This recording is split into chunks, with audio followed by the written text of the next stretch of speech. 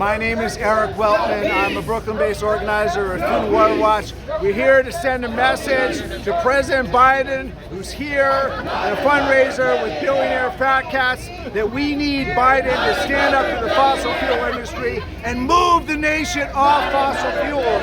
We are in a climate crisis, and we need Biden to have the courage to stop fossil fuels, to stop fossil fuel infrastructure, to stop fracking around with our future, and really take the climate crisis seriously, because our future is on the line.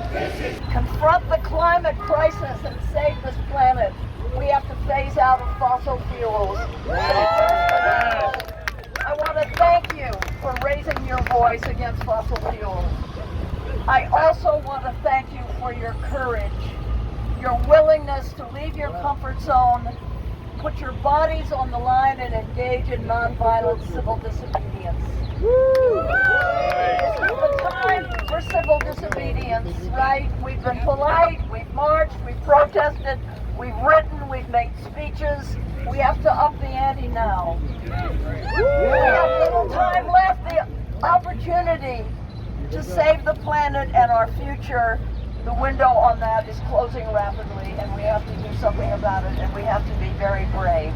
You know, I'm sure that we've all seen documentaries where people like Martin Luther King and others all over the world have been brave and stood up to the batons and the dogs and the water and the police, and they do it anyway.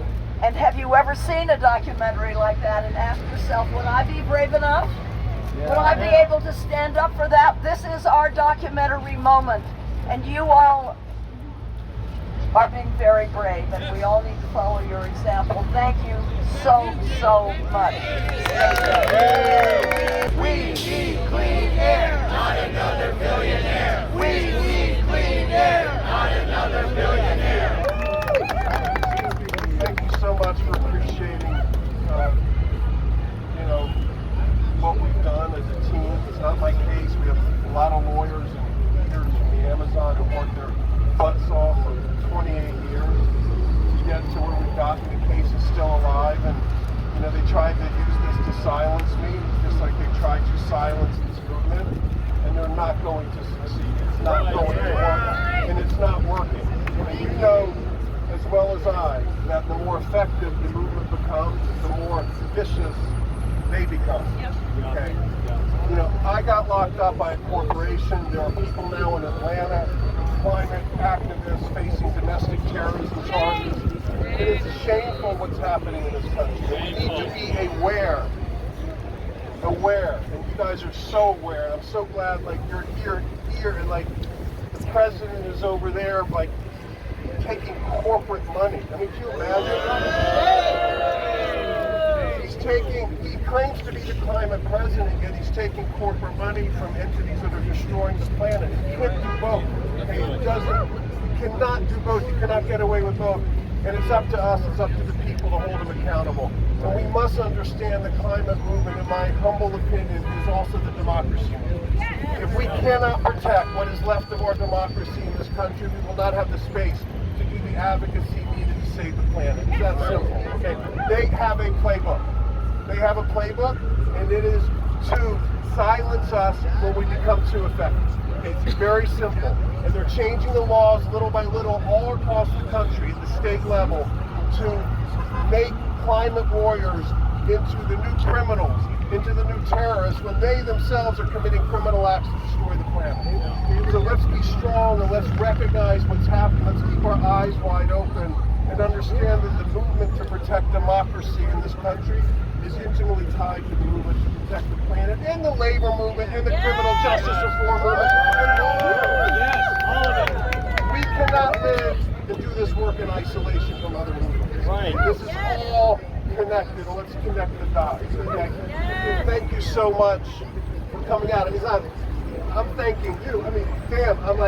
You're an inspiration. You really are. Especially the younger generation that understands the need to confront the power structure. That the old rules are not going to allow for the change necessary to get us where we need to get. You get that, okay? So thank you so much. You're an inspiration. Thanks for inviting me to share a few words. Thank you.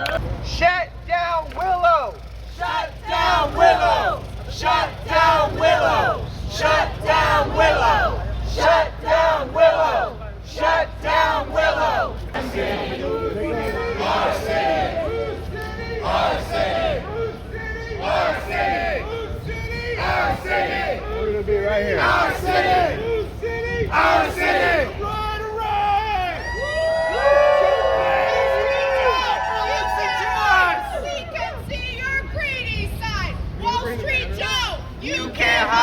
We can see your greedy side. Wall Street Joe, You can't hide, we can see your greedy side. Wall Street Joe, you can't hide, we can see your greedy side. Wall Street Joe, you can't hide, we can see your greedy side. Wall Street Joe, you can't hide, we can see your greedy side. Wall Street Joe, you can't hide, we can see your greedy side. Wall Street Joe, you can't hide, we can see your greedy side.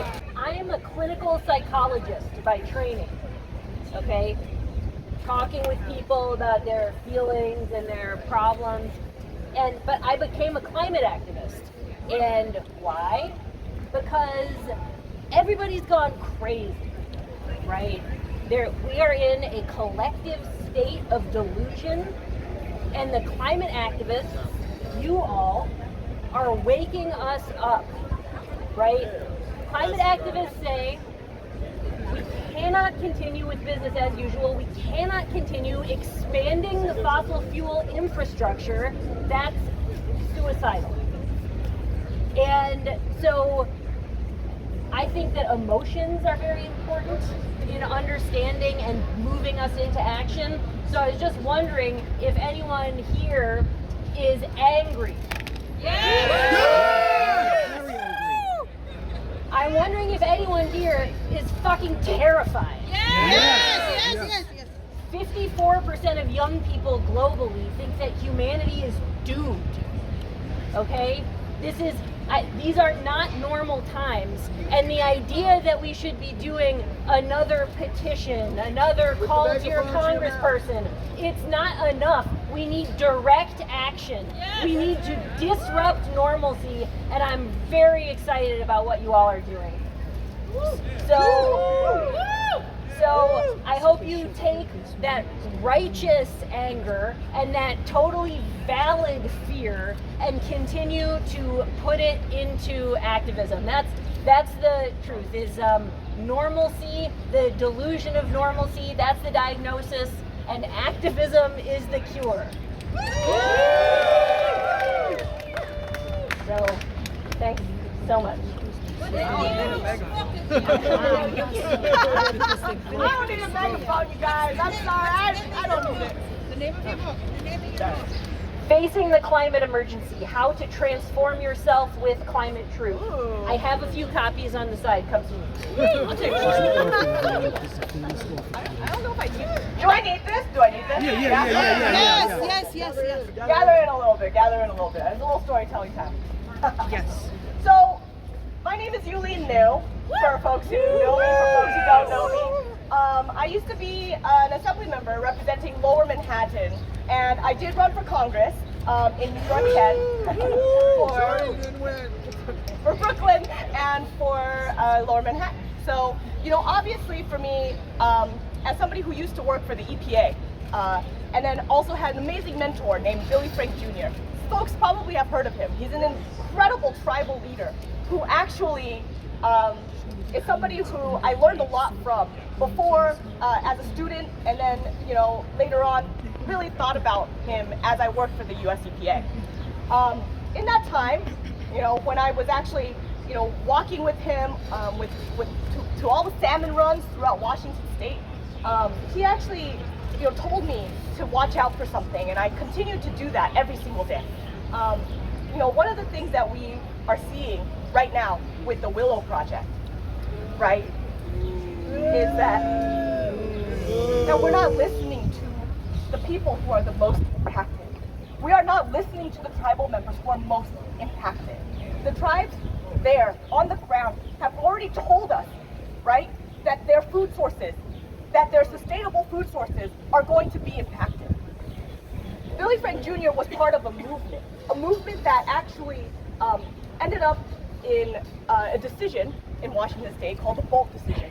People probably have not heard of it, but it is a huge win for the Native community, and something that I think has to be applied in every single decision by our government when talking about treaties and treaty rights. the Bolt decision itself, right, was about making sure that if, for example, Washington State wanted to sell the Columbia River, right, to Dasani, to Coca-Cola, and we couldn't, and the state could not, because of the Bolt decision, because of the right to hunt and fish that was written into the treaties in Washington State.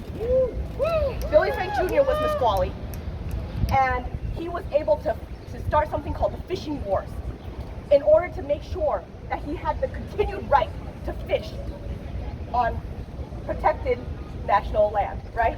But he always had the right to do so.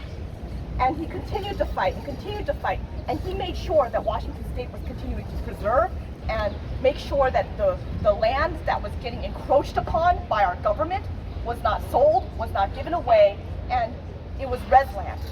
One of the things that people don't realize, and you could actually see this, when I was working at the EPA, and I went to the Office of Water, and I saw as, you know, we overlaid and overlaid and overlaid, and saw as little by little, reservation land was taken, right? They need another gas station, they need another thing, you know, little by little. And then all of a sudden, all of the resources, all the things that we actually signed into law, and treaty law. By the way, treaties are actually, they supersede federal law, right? They are the first and biggest agreements that our government has with our native tribes.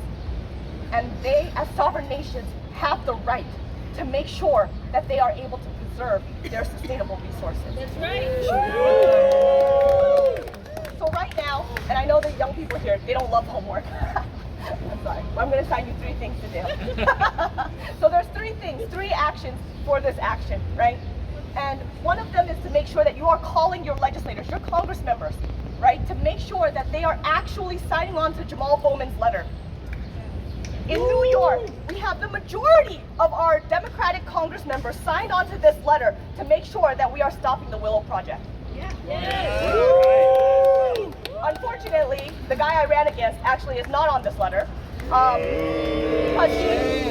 because he actually has investments that will, you know, in the oil companies that are going to get rich from this. So I think it's very important that we are asking all of our Democratic leaders. In fact, the Democratic, you know, representative here in this area is actually on this letter. Thank you, Jerry Nadler. So I want to make sure that we are actually fighting to make sure that we are actually having all of our Congress members on this letter. That is very important because we need the ammunition to fight, right? The second thing I want you to do, I want you to join one of our amazing organizations here today so that we can continue this fight and make sure that we are building numbers. We have to make sure that we have Sunrise movement. Sunrise. That we are fighting to hear New York Communities for Change. Right? Join us so that we can continue to fight for all of our community here as well. And then of course the overall global climate initiatives, right? And I think that the last thing I want you to do is to make sure that you're all talking to one another, right? Connect with somebody next to you so that the next movement and the next movement and the next action and the next action, you have somebody to go with.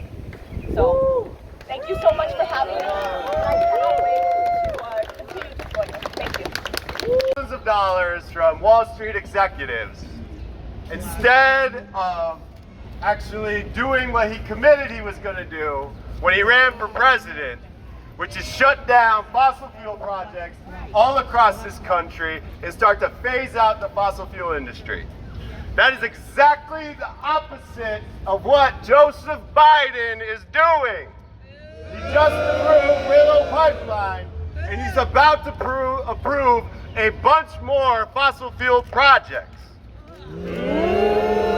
So as he runs for president, we are here to send a message to Joseph Biden that he is not going to get reelected with all of those people that supported him when he said he would shut down fossil fuel projects across this country.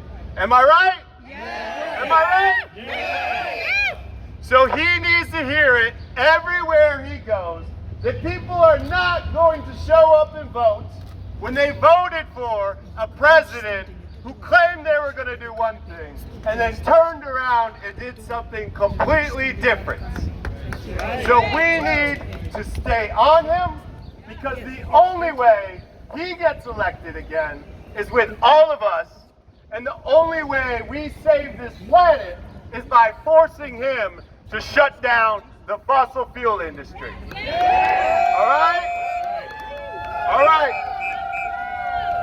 So we're going to wrap up, but we're going to stay on Joe Biden this entire presidential campaign to keep his promise to what he said he was going to do. And we want everyone to join us and show up with more people, all right? Biden! Off fossil fuels! Biden! Off fossil fuels!